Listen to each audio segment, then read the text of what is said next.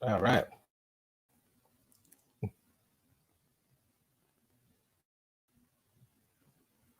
Yeah, mute. Oh, it is Dr. Vibe here. Yes, Ryan wasn't doing a dog imitation, by the way. Hey, Dr. Vibe here, host and producer of the award-winning Dr. Vibe Show, the home of Epic Conversations, and I'm the host of Epic Conversations 2020 Best Podcast News Award winner, 2018 Innovation Award winner given out by the Canadian Ethnic Media Association. And I host the only online show in the world for dads and fathers that is sponsored by Dove Men Care. It's also co-sponsored by Dad Central, Canada's national fatherhood organization, in collaboration with both those organizations. I have reached out to around the world 75,000 fathers around the world, directly, indirectly. And I am the board chair for the Global Food and Drink Initiative, a multimedia not-for-profit that showcases Blacks in the diaspora that are doing their thing in food, drink, and travel. And a good morning, Mr. Ryan Knight. How are you? Always doing fantastic. Always good to see you. Welcome, everyone. For those that don't know me, my name is Ryan Knight, the founder of Detailing Nights, a mobile waterless car cleaning company. We come to your house or to your office, clean your car on the spot without using water, and our eco-friendly plant-based cleaning supplies. I'm also one of the co-founders of the Afro-Caribbean Business Network. We work with entrepreneurs of African and Caribbean heritage to figure out what stage they're in today and help them build a blueprint to exponentially grow their companies. And as always, like I said, excited to be here. My legs are still on fire from walking and doing some training. We were delivering and talking to customers all last night. So What was going on last night? What did we miss? No, just showing the new recruits, like what it's like to go door to door, talking to potential clients, letting them know about the car cleaning services that we offer, and handing out flyers. So yeah, I think we went to like 1,000 houses. So what? Yes, my foot upon me. Hey, yes. What? 1,000 houses? Yes. Wow, that's out of bounds, man. That's out of bounds. And it's funny because you just realize it's such a small little segment of Brampton. Like Brampton has so much, I'd say like it's so big that you think you've gone to 1,000, but then I actually looked it up. I was like, oh, I feel like, yeah, we went to so many houses. How many is there in total in Brampton? Apparently, there's 154,000 households in Brampton. So how many? 154,000 households. And again, that might include some of the apartment buildings, but we are a suburb. So a lot of detached, semi-detaches, and townhouses here in Brampton, Ontario. Wow. Yeah, man. So, man, are you running for office? Like, or what's the story here? No, we got to train our youth to show them what it takes to be an entrepreneur. It's not all about just social media and posting on Instagram, making blog posts. We actually have to talk to people in real life, go in person, introduce yourself, get the nervous sweat, and realize that you survived talking to a person in real life, even though your heart's pounding and they may have said no, thank you, they don't want your services. But that experience, I feel like over the summer, definitely, and now into fall, battle tests a person to go into the real world. Like especially school is starting to become very virtual. We still have to know how to talk to people in real life. Well, it's interesting you say that. One of my mentors, one of the first things he said to me is, Dr. Vibe, give good phone or give good face. And I remember when you told me give good phone, and I took that to heart because, yeah, you realize how much you hide. Well, I was hiding behind text messaging and hiding behind just emailing a person. And I remember one of my past employers, she would tell me like, oh, because I would send an email to a client and she's like, oh, did you get in touch? I remember the guy's name was Nick. Did you get in touch with Nick? And I was like, oh, no, I sent him an email earlier. And she's like, but did you call him? And then did you call him again? And then did you call him again? It's like, yeah, the email's nice, but how many times did you actually try and get a hold of this person? And she didn't say email. She said, did you call him? So it was like, yeah, an email or a text message isn't an equivalent to a phone call. And it's interesting when you call somebody and they answer, a lot of times people feel like, oh, I don't want to bother people. If a person answers their phone, they are willing to, at minimum, hear what you have to say. Yep. If they don't answer the phone, then they do not want to be bothered. But if I answer my phone, I will say, okay, I answered, what's up? What is on your mind? And if it's something of interest, I will listen. And if it's not of interest, sorry, I don't have time for this. So that's where people get really nervous about making cold calls. But a cold call to a person that answers the phone, to me, isn't even a cold call. That's just, hey, let's see if this person is interested. And if not, move on. Shoot your shot. That's it. Shoot your shot. We are afraid to shoot it. Yeah, go ahead. So before we go any further this morning, we were scheduled to have Louis Marsh from the Zero Gun Violence Movement talking about the tragic shooting of a community leader in Toronto, Samuel Boyoke. We were supposed to have him on. Unfortunately, I'm not able to get a hold of him, and we're just hoping, first of all, everything's okay. So we're going to push back that conversation to another time because Ryan and I do not feel comfortable enough to talk about what's going on in the streets. We're not there hardly. And we thought that Louis Marsh would be the best representative that we could find to talk about it. So we're going to push up that conversation to probably next week, because we have supposedly people coming on Friday.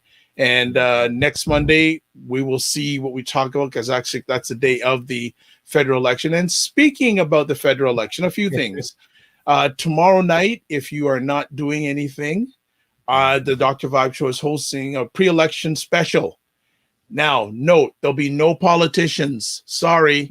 It's just going to be individuals from across Canada, people like you and I, Black Canadians, that are doing positive things, giving their take on this current election.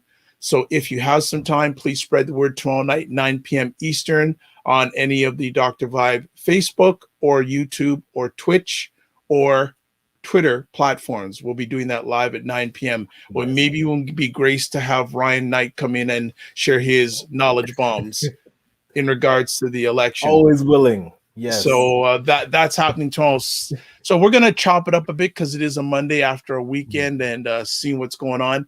Now, Ryan, what do you want to chat about first? You want to chat about what we were talking about before we came on live about a certain lady? Yeah. If you want to pull that up. Okay. So some people may not know about this story. And this was actually sent to me, and it was also sent to Ryan. We'll know the name, Selena Siobhan, former member of the Liberal Party, ended up being a independent MP, and then quit politics. Yeah. Yes, Selena Cesar Siobhan. An interesting little backstory about Selena. I remember interviewing her and her husband separately before she became a politician. Her husband, he has a very great individual, done a lot of work, done a very intelligent man, very accomplished. And I remember interviewing them separately. Actually, they were the first couple, and I think it's probably the only couple I've ever interviewed separately on the Dr. Vibe Show.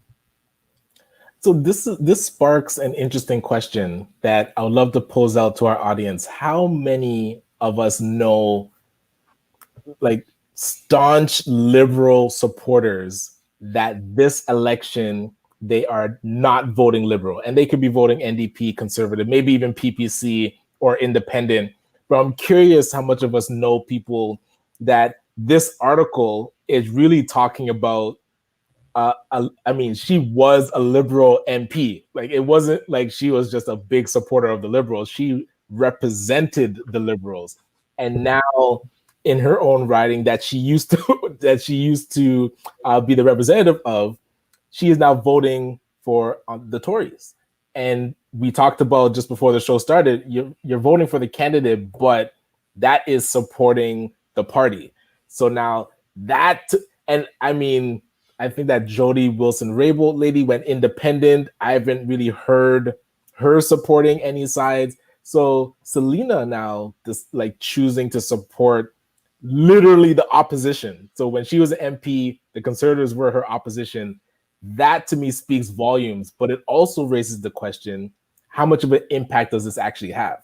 Like, does this now signal the alarm to other liberals to say, hey, it's okay not to vote liberal this time? And in the article, she talks about, you know, maybe it's time to shake things up and have a fresh perspective or try something new. Like that to me, if it does anything at all, it would signal to the liberal brass in the Black community that vote liberal hardcore because of like Pierre Trudeau, and there's like, oh, there's no wavering from that. I think this kind of shakes it up a bit. Well, I think Selena is more relevant to our parents, but more to people of a younger demographic. The question is, how much relevancy does she still have with the Black community? You know, you know, and how much, and with the, sorry, I swore, with the Black environment, that, you know, does she have, you know, how much impact is this going to have, plus or minus, with the average Black Canadian? And it's a valid question. And that's where, because even not so much like you're saying, it impacting the parents of old that are voting liberal, but remember that trickles down. So now if the children of those parents that are staunch liberals, the children start thinking or start realizing, yeah, why do I always vote liberal? Is it only because my parents were voting liberal? Is it only because my parents got into the country through a program that was put in place by the Liberal Party? And then in Ontario, it was because of like the Conservative Party. I'm starting to hear like the whole story actually lay out. But now you use all of these like historic metrics to determine where you're going to vote, except for your present day, your own views. Like to say, like, let me sit back and look at the actual plan on both sides. What are others around me doing? I think this, like you said, signals to those that want to start thinking for themselves and not just vote based on the religion that was given. This could really throw a wrench into the younger voters that Trudeau really catered to. Like that was his whole cachet. He's counting on those younger voters. Absolutely. Time. So things like this now are starting to give people pause, and they're like, okay, it's not a slam dunk. And that's where, when we first talked about when the election was called, and I was saying the liberals are on a downtrend and the conservatives are on an uptrend, everything that's happened since the election has been called has been just chunking away at the liberal ambiance, the Trudeau aura. Like everything that's been happening just takes away a chunk. Nothing has happened that has given any fuel to the Trudeau fire that I've seen. And maybe somebody can let me know what they're seeing that was like, whoa, this was a big win for Justin Trudeau and the Liberal Party. I haven't seen any real wins. They've been on, from where I sit, they've been on the defensive all campaign. Exactly. And like literal defense. Like they're protesting at almost every one of his in-person rallies. That's a big problem. Like you have O'Toole that the commentators of the debate are saying he's just kind of skating through. Like he's not really facing any real heat.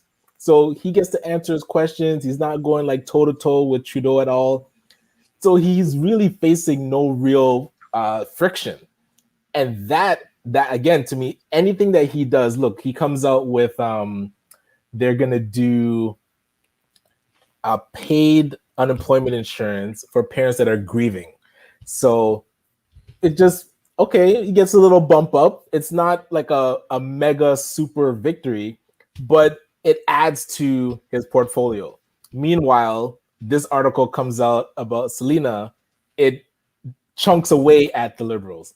So that's where that and if you trade stocks, you're just watching the liberal like line going down, and you're watching the conservative line just slowly going up. But I will say this: if the conservatives lose this election, I'm calling that they're going to win. If they lose, it is because they did not cater to the Black community at all. There is nothing in their platform about Black entrepreneurs or Black social issues. So if they are betting that they don't have to do anything for the Black community to win this election.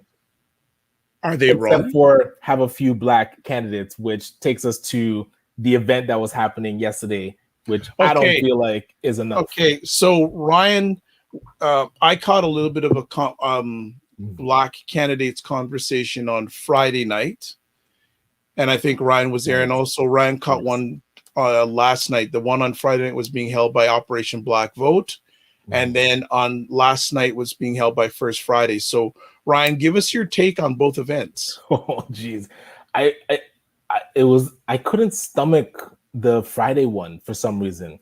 I was listening, and it just seemed like a fluff show. You have Matthew Green, who I'm a fan of, Greg Fergus, I'm a fan of, and a couple other, I think Adrian or Andre from the Green Party was there.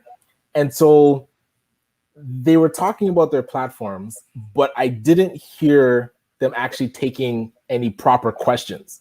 Like it just seemed, those when like a prime minister and they're in front of the news that supports them and they just kind of lob questions, and it's like it gives them a chance to just talk about their platform, everything that you can read on their website. So I didn't get any substance from the actual line of questioning and the format for the Friday platform. And for me, I can't attend events that I'm not going to get tangible benefit from. Like to listen to a person just talk about their platform does not interest me. So that is a reason why the Sunday event, I feel like had a little bit more meat because the candidates, and you got to hear from a lot more candidates. So the candidates got some direct questions, not just from a moderator and not just from the the Q&A from the audience, but also from each other. Like there was a chance for a person to make a statement and then another party candidate being able to rebut the statement or answer back. To me, that got a lot deeper because you're asking a question. Okay, what is your stance on vaccines? They have to give a direct answer. There was no fluff. It's either you're for it or against it, and also you're for mandatory or you're not for. You're against mandatory. So it helped me figure out, okay, where do people stand? I felt like everybody had free reign to talk about their party. I would say openly.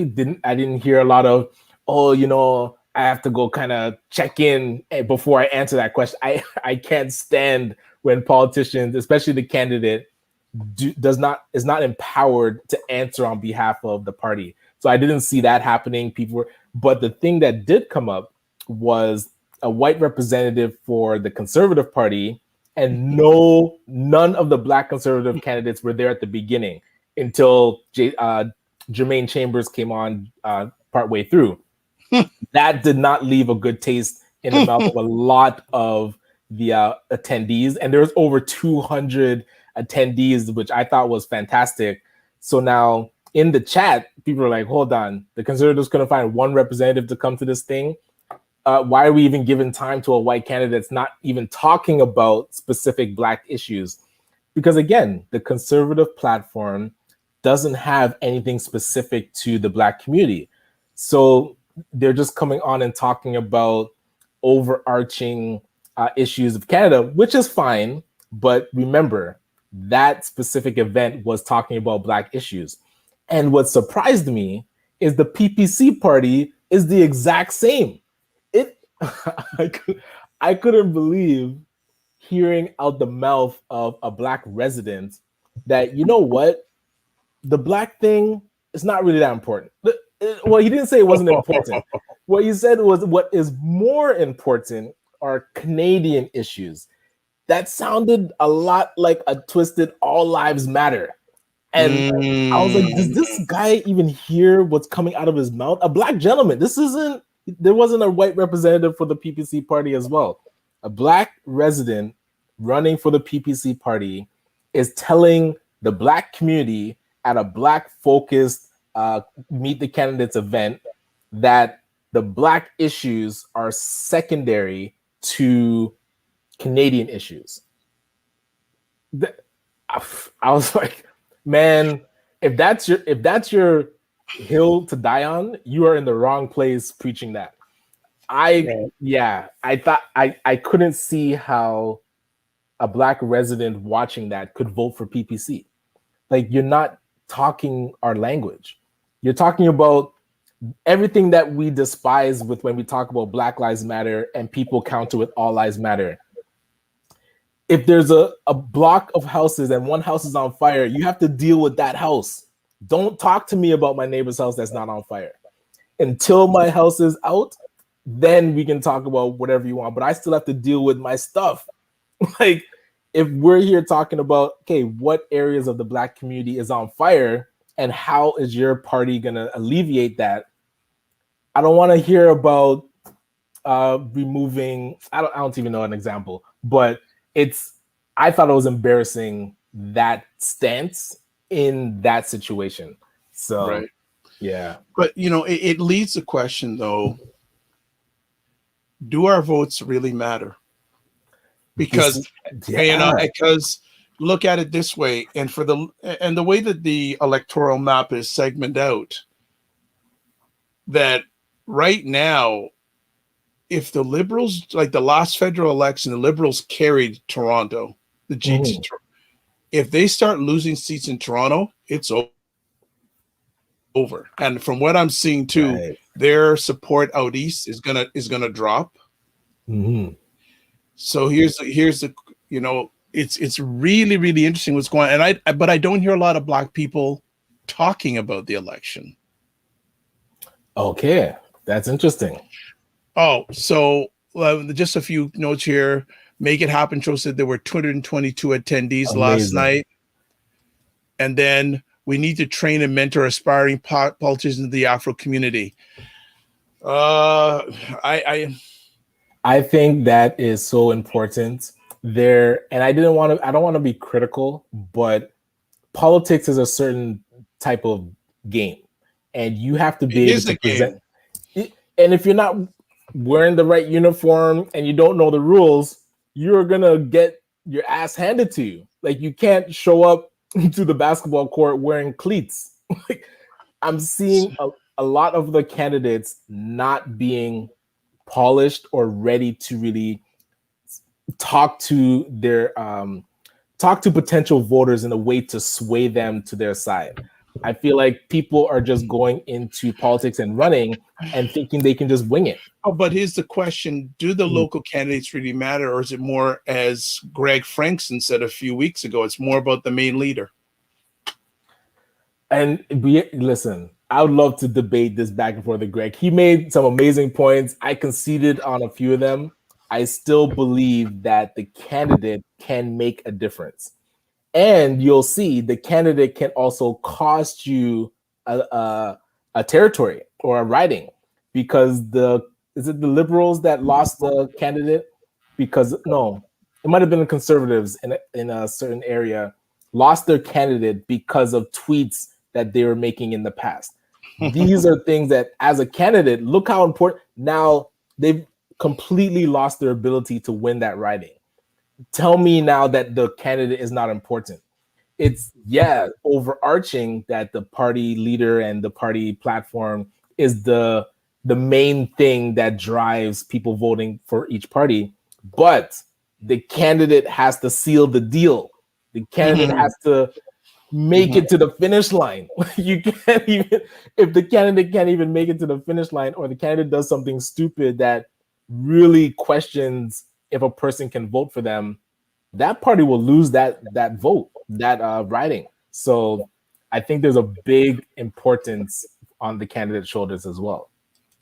Well, what we're going to do, folks, we're going to take a break for just a moment as We got a lot of interesting conversation topics going, but the election is obviously one of the big ones that we have going on right now.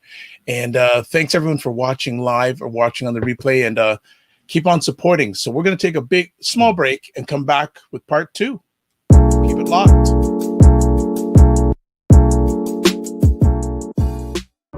What is up, everybody? It's Dr. Vibe here, and it is Black Canada Talking time. Black Canada Talking is a live online event that provides Black Canadians the opportunity to give their takes on stories, POVs that are of importance to them, or we showcase Black Canadians are doing their thing. The real aspect of what goes on behind the walls or behind the fence is a totally different persona and a totally different picture. There was just a big sense of relief when we finally got there. We have to realize that everything we do is going to have an impact on probably a lot of people we don't even know. One of the mandates of the CBC is to reflect Canada back to itself. Not a lot of sustainable long-term movement that will affect economic change. God bless, peace well, keep the faith, and walk good.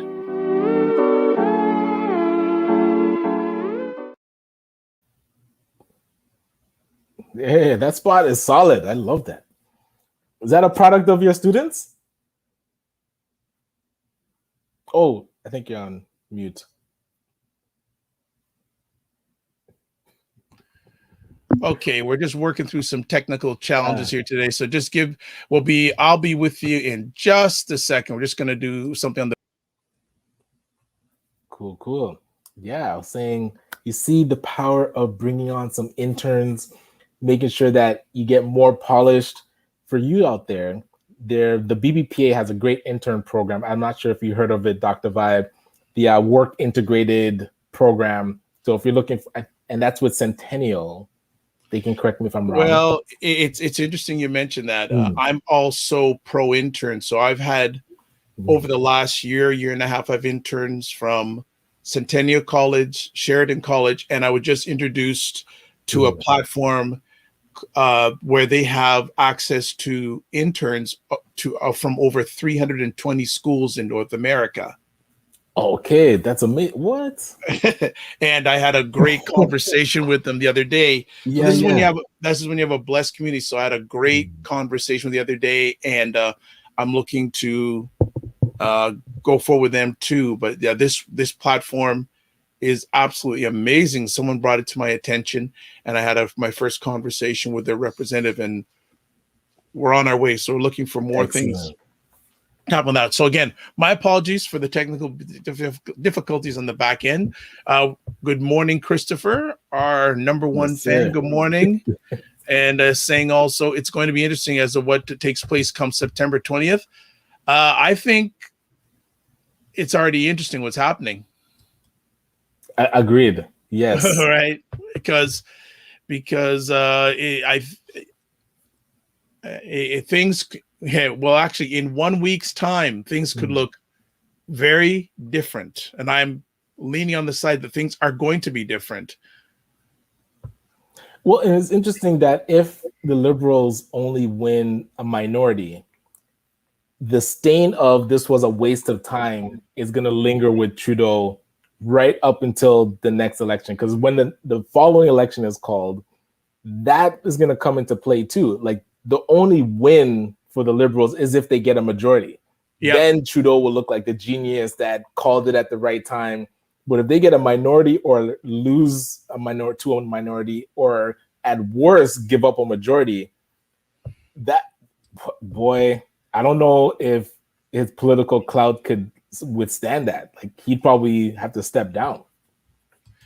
Well, this is going to be a very interesting thing. If he loses, if the Conservatives get a majority government, even if it's get a minority with, remember, Bloc. I mean, they can come, because people are thinking about people that Quebec Party leans more to the PCs than it does to the Liberals. Right. Whereas I think the NDP leans more to Liberal than Conservative.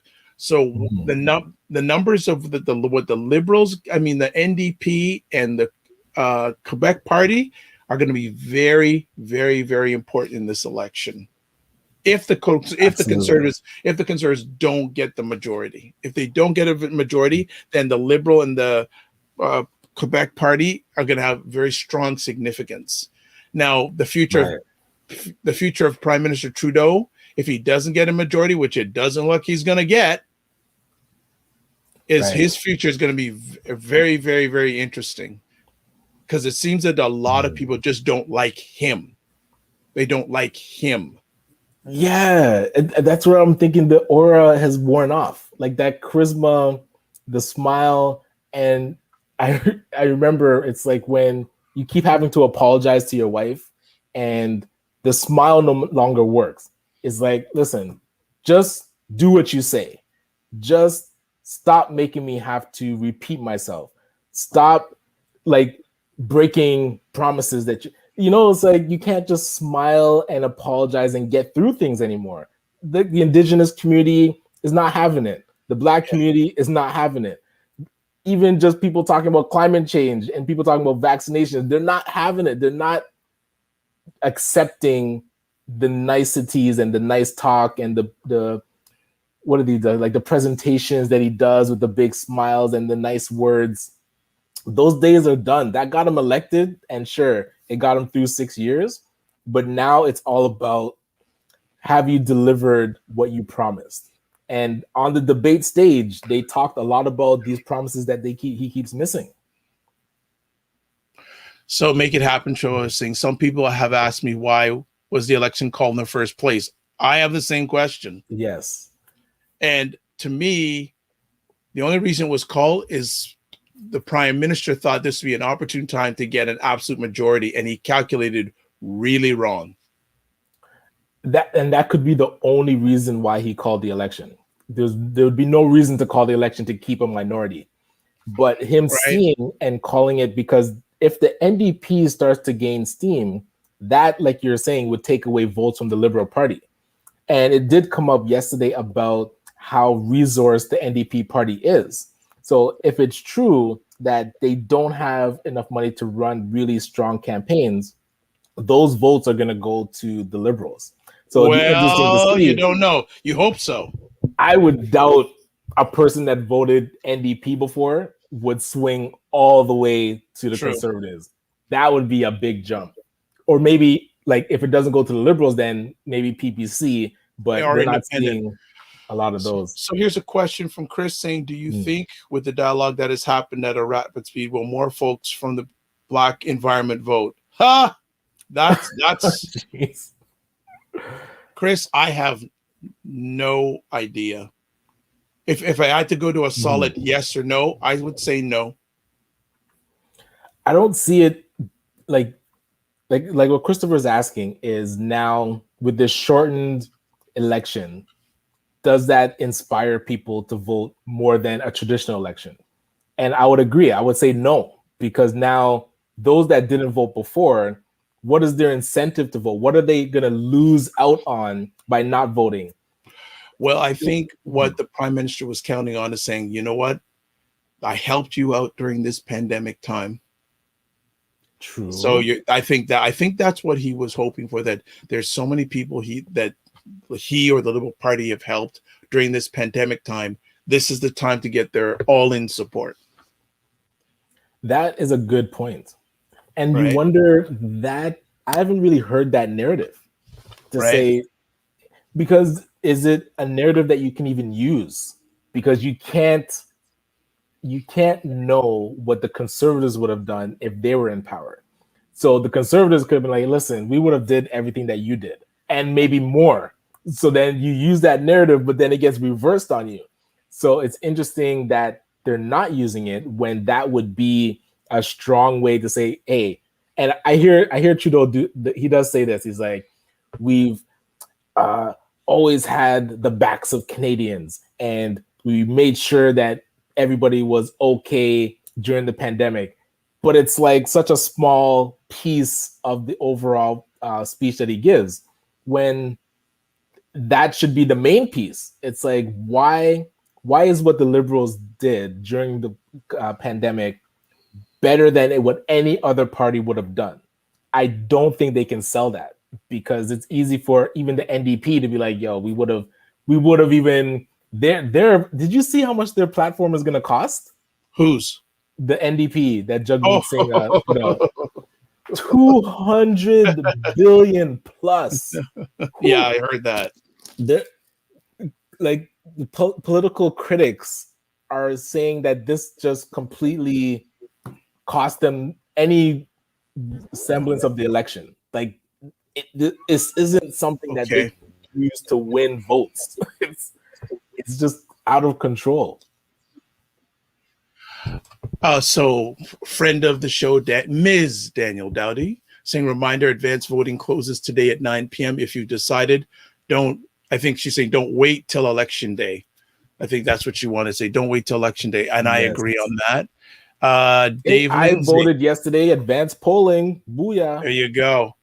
Dave Lindsay saying he's just tuned in. What do you both think of the only English debate last week? I think people are not interested in debates. Only the hardcore are doing debates, watching debates. I think more people are tuned into Leila Fernandez in the debate.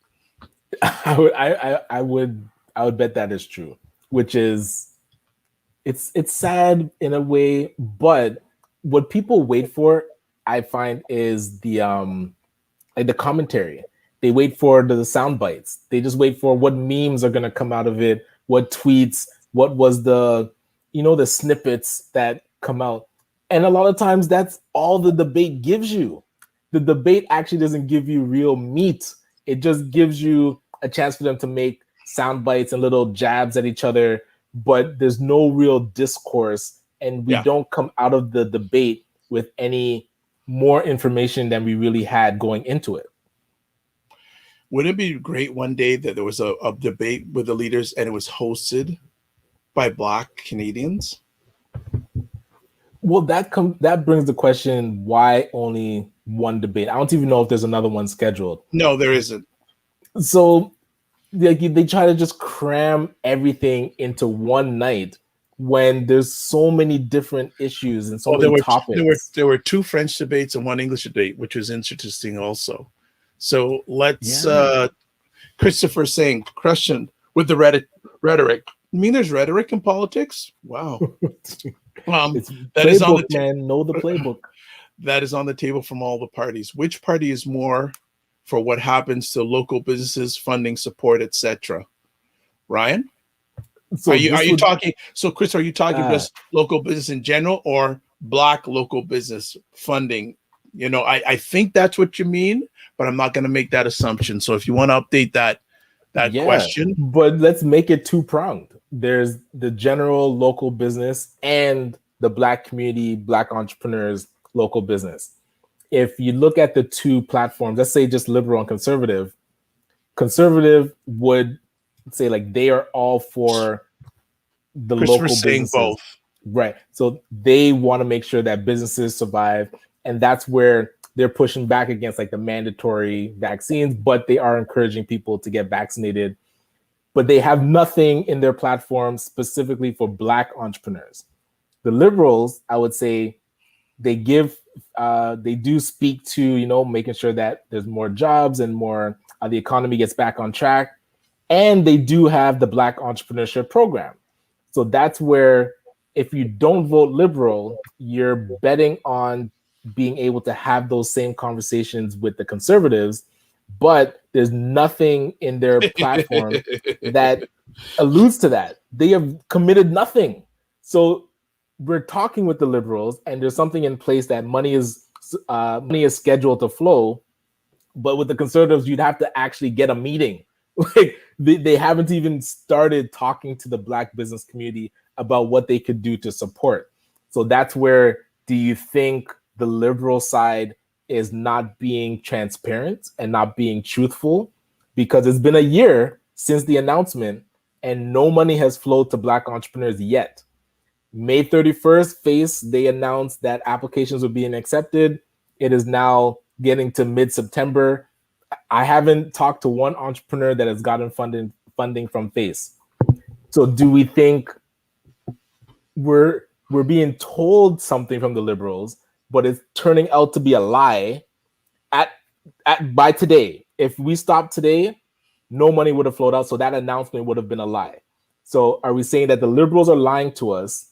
That's why it's better. And that's maybe what Selena is saying. Hey, we're getting lies here. We might as well talk to somebody else or try to talk to somebody else and get the actual truth. I leave that with the residents. It's like, can we believe what we're being told by the liberals? Because the data in front of us isn't backing up what they're saying. So this is what, you know, and thanks, Chris. This is why I'm saying we have to do it ourselves. I wholeheartedly agree. Right. But I'm still of the mind parallel tracks. We definitely have to do it ourselves, but the government can't lie to us and say that they're helping and not helping. But okay, they can do whatever, but at the end of the day, right? There's no obligation. Like the thing is, and the sad thing about politics these days is that they'll come knocking at your door, they'll get your vote, you won't see them again for another few years. We have to, again, and you're the business empire man in process. Yes. Again, for me, we have to educate our children. It's a good question, Dave. I'll take it. We'll put it up in just a second. We educate our children. We have to support our own business, and we have to control our media. So this is where I want to put into real life what you just said. So I have a daughter named Jasmine.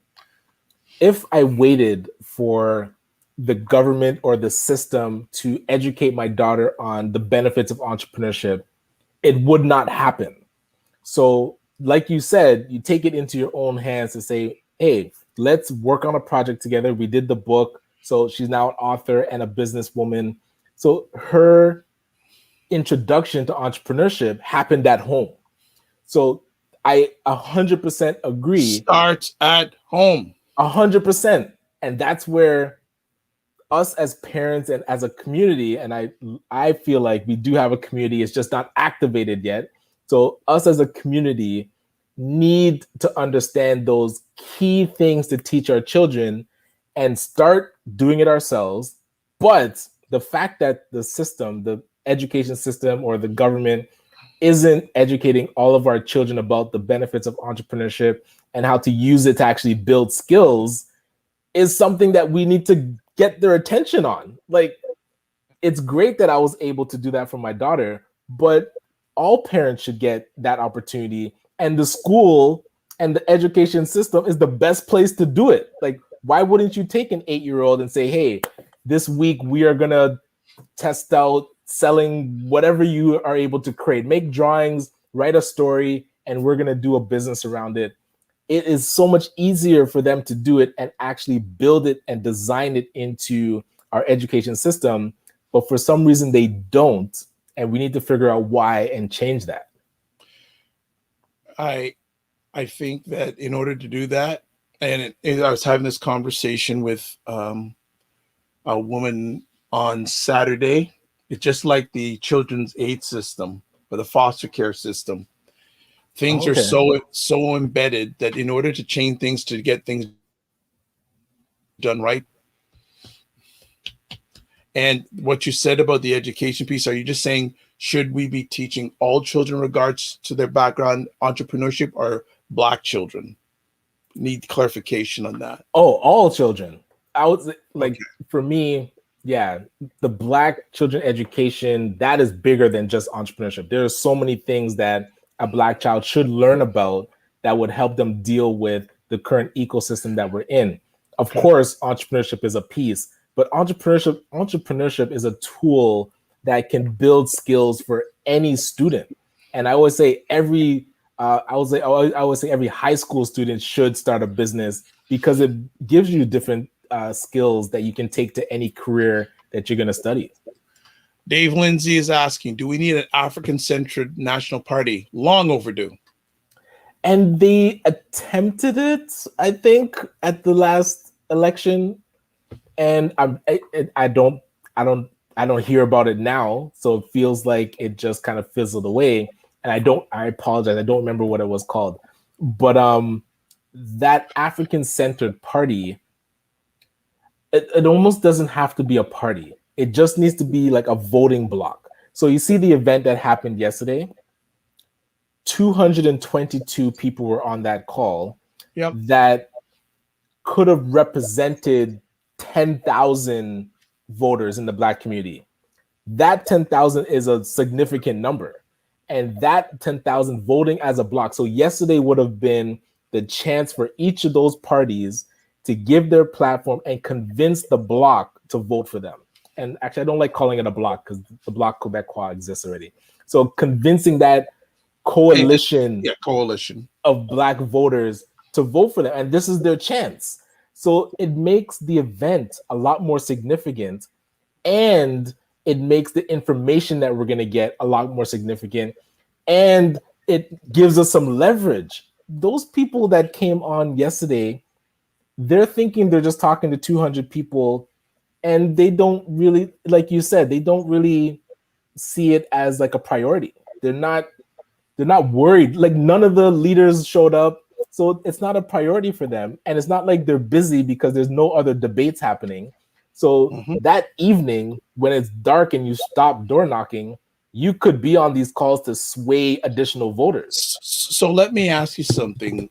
How many, with last night's conversation, how many candidates showed up? Ooh, I don't know the exact number, but I know we started with 15. I think we got between 18 to 20 candidates that showed up. And I'm sure more than that were invited. Yes, because the poster itself had maybe 25 to 30. Oh. And again, I'm not saying, I'm just saying, I saw the poster. There had to be at least 50 people on that poster. You think that many? Yeah, you're probably right. Yeah. There was now, again, everyone's in different time zones, so I'm going to put that in account. Yeah.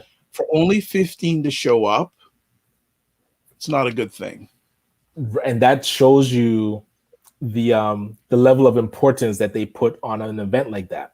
So now, if that event had a bit more,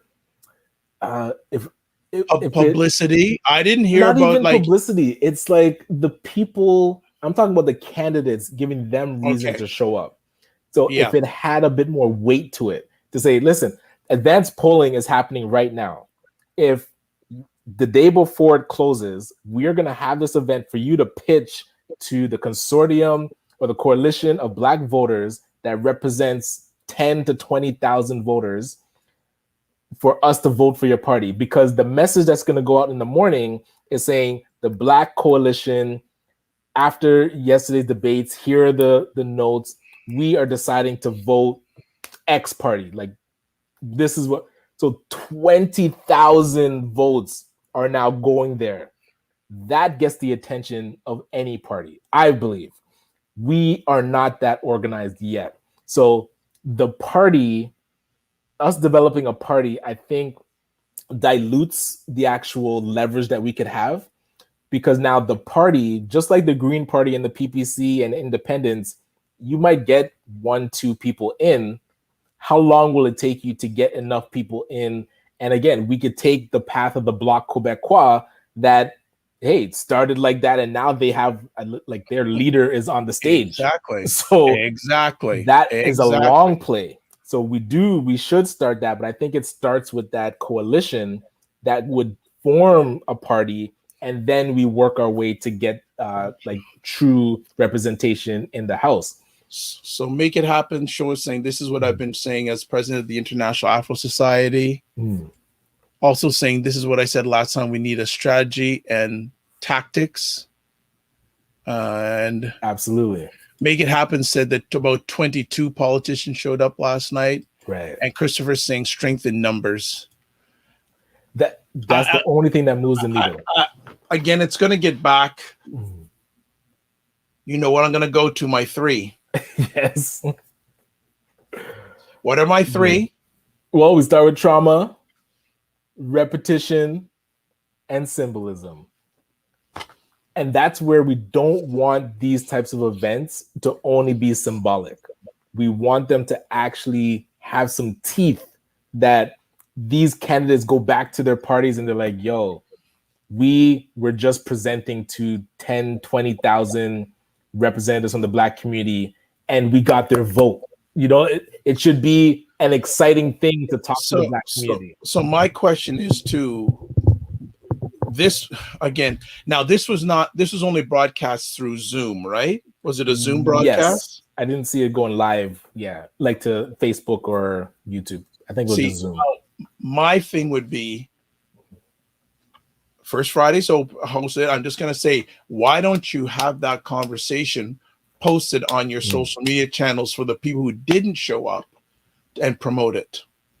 I'm just saying, like, and tell the people ahead of time, this is going to be rebroadcast. Now, that would be very interesting to see how many candidates would show up with that part of it being, right? But to me, I don't mind the close things, but just because someone can't make it, or just because that should not exit them or not make them qualified to see the conversation. Like every conversation we do here on the Morning Vibe, people can watch replays on your platforms, on my platforms, right? Have the Operation Black Vote Friday night conversation, right? And their numbers, and I know their numbers were lower than Sunday night. Sunday night was a better night to have it than Friday night, right? But make the replay available. I think that's basic. I think that would be because it was recorded, so hopefully it's recorded. That's one thing, but then it's been recorded. What are you doing with it? Like the election is 1 week away. What are you doing with it? Right. But then that's also where the general, or I think it was David that mentioned, do we need an African party? So what I was saying, the step before that is the coalition. And that coalition, if I can't make it, but I know my representative of the coalition can make it and will report back and say, like, hey, this is what we found out, and do like a presentation to say we are voting X. That takes some internal Black community elections. Maybe we need a prime minister of the Black community. Gosh, don't start with that. Listen, we should be talking amongst ourselves. Drama. Hey, it has to start somewhere. Trauma and drama. It has to start somewhere. I know it has to start. I got another 3 for you too if you want. Before we even elect these macro level representatives for different parties and for Canada, we should be electing our own representatives so that when they attend these things, they're actually representing the 10 to 20,000 of us. That gives, and then that, like the person said, can turn into a party. Like, we haven't even figured out who represents the Black community. Like, maybe we should do our own election. That's why I say environment. That's why I say environment, right? That's why I'm saying our environment. So, make it happen. Saying this is why we need to be a power broker. Exactly. And again, replay, because if someone from any of the Canadian parties came up to Dr. Vide and say, oh, so can you, who represents the Black Canadian community environment? I'm going to go, I don't know. And this is where it can't be somebody that just self-appoints themselves. Like, if Ryan wakes up tomorrow and is like, you know what? I am the prime minister of the Black community. Everything that I say and agree with, all these Black residents are going to vote in line. That will not and has not worked. That's what that party that was created last election did. It's like somebody self-appoints themselves as the leader of a party and says, we are for the Black people. No. Let's give the Black community, us Black residents, a voice and say, who would you nominate to represent us? Let's vote on it. Let's talk about why it's important to even have this coalition or this party to represent the views of the Black community. Look how powerful unions are. Let's just call it the Black Union. Right. Like, if you want. So here's, I was saying, do you want me to drop another 3 things on you? Or Yeah, do you yeah. want me to hold it off? One, listen, let's round up. Yeah, let's round Yeah, up. let's with round that. off the conversation today. So one of my mentors told me something about this in regards to Black youth. Okay. And he said, Dr. Vibe, many Black youth are suffering from PMS. Okay. I said, what do you mean? And he said, the P stands for peer pressure. Mm-hmm. The M is for music. Huh. And the S is social media. Okay. Right. Well, And listen, I said, not just youth. yeah, well, they see now there was the other thing too, right? Jeez. That's where I went to. I said, you're not just so, but I thought about that. Yeah. Peer pressure, the music videos, and the social media. But this is where we could flip that, because if the peer pressure is a student in my daughter's class encouraging her to start a business together, I accept that peer pressure. If the music but that's not the norm. That's what I'm saying. But that's where those 3 things could be used as a positive reinforcement, but it's being used against us. Like the music, if there was positive messages and positive imagery in our music, if on social media it was a loving space where people aren't, hiding behind keyboards and trolling each other and having a fake life on Instagram when your actually home life doesn't mirror your pictures. We're using these things in, like, they're tools to be used, and we're using it in the wrong way. Well, and they're very powerful. I dropped that in at the end, but I think that's going to be another whole conversation. Yes. In regards to that. And yeah, we're going to jump off because Ryan, even though he's in his tie, when he's wearing his green or wearing his tie, he's a serious mode day. Work mode. Yes. So what is up for the rest of the week? It's light. Got a couple important meetings, but the calendar isn't too heavy, so that's good. Getting into election mode. Yes, he's waiting. The evenings are heavy though, because we're out handing out flyers. So if you need your car cleaned and you live in Brampton, our new recruit Taj Cameron, he is ready to support and work and learn about what it takes to make sure that a client is satisfied with a clean car. So hey, reach out, go to our website, detailingnights.ca, and you can book in your cleaning, and we shall see you before the winter hits. Yes, it's cooling off. Oh, morning and evening, it's cool now.